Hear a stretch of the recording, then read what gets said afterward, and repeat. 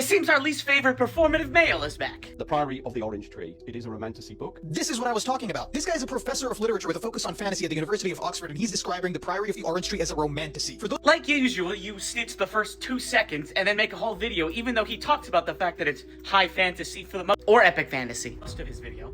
But his categorization is actually not wrong. See, romantasy is not an actually recognized term. But he isn't actually wrong, because romantasy is not an actual identified literary descriptor. It's just what the kids say these days. Its agreed upon definition is romance plus spice, which this has an 800-page queer slow burn romance with spice. If you that have read the book, you know how ridiculous a characterization that is. This is not a romantasy. And I know these definitions can be a little liquid, but come on. Not every fantasy written by a woman that has some romance in it is a romantasy. And to character Romance plus spice. Read something that wasn't written by Karl Marx. them in this way is doing a disservice to those books. Romance is a very minor subplot in this book. And this book has a lot of really interesting things to say about the world. This book deals with— I could annihilate this book in a critical sense, but let's just talk about what he just said. The romance portion is literally the B plot.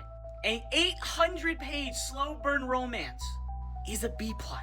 You can categorize that as romantasy. so many interesting themes, like the merits of autocracy, the burdens of inherited responsibility, religion, how history turns into myth, found family, and yes, sexism. And one of the only things you— Let's cook those real quick. A woman-led world with a woman author, a woman character claiming sexism, not realizing the actual sexism is against men. An atheist that never read the Bible take on religion. A derivative class system, taking all the variable nuance out of it. All shitty themes. about this book from this professor's video is that this is a romantasy. And when I said that this is what I was talking about, That's because you're afraid of people actually watching the full video, and he explains it in depth throughout the course of like 4 minutes. But you never watched the video, so you don't know. referring to a video I posted a week or 2 ago where I talked about the fact that women in fantasy continue to be underrepresented, undermarketed, and suffer from the fact that a lot of us still have subconscious biases that keep us from picking up books by women. Maybe— Hey, I remember that video. I pointed out 8 of the top 9 books were written by women. That's 75% of published books were written by women. That marketing budget specifically for just women was $65,000. Men got 0. You're a performative male lying about the industry. it's not exactly talking about you, so if you're one of the people who's like, oh, 50% of books on my shelf are by women, I'm not talking about you, so don't feel the need to comment, or do. Actually, most people roasted you because of the fact that I used to claim that women took up 72%. According to some sources, it could be high as 79% of published books are women in the fantasy genre, but somehow still the victim. Sing it with me. Performative male.